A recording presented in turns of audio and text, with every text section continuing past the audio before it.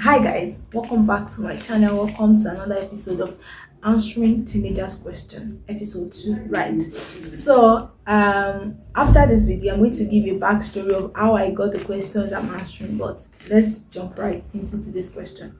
Today's question says, why does Nigerian parents not want their children to have boyfriend, but American parents will even tell the child to invite the boy to their house? First, the person that wrote this question, from me to you, I know you're seeing a lot of American movies, but let's just go straight to the question. The first thing is you're Nigerian, right? Thank God you mentioned that. But then, one thing I want you to understand is, as a believer, as a Christian, our basis for doing things is rooted in the scripture. Anything that we can't really trace to the scripture, then we shouldn't do it as a believer. We can't say scripture, this thing has support, this thing is what we're supposed to do. If Christ were to be living in our dispensation or on earth now, he would have done that. Now let's move on. The first time that the scripture mentioned the relationship between a man and a woman in form of marriage or in form of a romantic relationship was when he gave a command that we should be fruitful and multiply and replenish the earth and subdue it and have dominion. And that was after the creation of Adam, when the scripture recorded that it was not good for a man to be alone. It will make him an helpmate, an help that is suitable and adaptable to him, right? So to my point, the basis of boyfriend having a man in your life scripturally is for the purpose of marriage. So you that you said that you're comparing yourself to an American parent or American child, do you, if the question were for me, do I see myself getting married in the next 2 to 3 years? Then why do you want to have a boyfriend? That's the conversation I think we should be having. So I believe that according to the integrity of the scripture, you are supposed to be in a relationship or in a romantic relationship when you are ready to get married.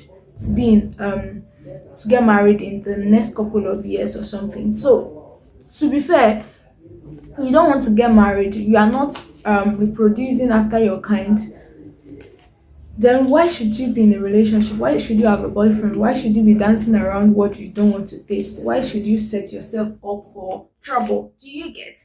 And again, see, another thing is that American boy, American child, American girl that you are comparing yourself to. See, in the Western world, in developed countries, there are some privileges those people have that in Nigeria, if you try that kind of thing, you see shaggy, sure you get.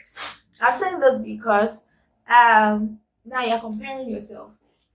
If things goes out, oh my goodness, excuse me, if things go out of hand as a Nigerian, you don't have a structure to get a loan. If you get, God forbid, in Nigeria, if you get a boyfriend, get pregnant out of wedlock, or when you're still in school, maybe God forbid your parents kick you out, my sister,